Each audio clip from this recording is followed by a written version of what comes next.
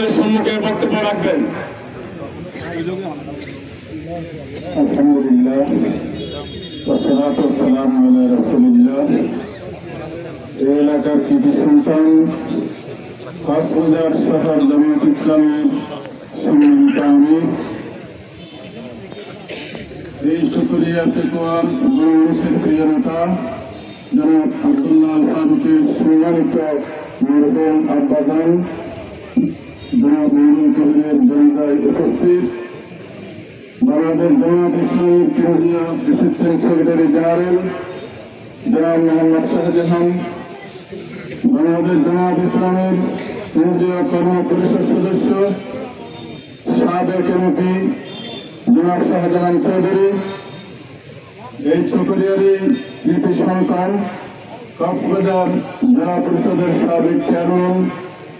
জনাব সালাউদ্দিন মাহমুদ, উপস্থিত বিভিন্ন রাজনৈতিক দলের নেতৃবৃন্দ, হযরত উলামায়ে কেরাম, সম্মানিত মুসল্লিয়ান কেরাম, আসসালামু আলাইকুম ওয়া রাহমাতুল্লাহ। আজকে ফারুক ভাইয়ের মরহুম আব্বাজান চলে গেছেন, আমরা তার জন্য দোয়া করি আল্লাহ তাআলা যেন তার জিন্দেগীর সমস্ত গুনাহ মাফ করে আল্লাহ তাআলা তাকে জান্নাতুল ফেরদৌস নসিব করুন, আমরা সবাই বলি আমিন। নিজের পিতাকে আজকে হারিয়েছেন, আমরা তার পিতার জন্য দোয়া করি আল্লাহ তাআলা তাকে জান্নাত নসিব করুন, আমিন। আর ফারুক ভাইয়ের জন্য দোয়া করি আল্লাহ তাআলা যেন তাকে তার পিতাকে হারালেও এই চকরিয়া পেকুয়ার লক্ষ লক্ষ মানুষের হৃদয়ে যেন তিনি স্থান করবেন।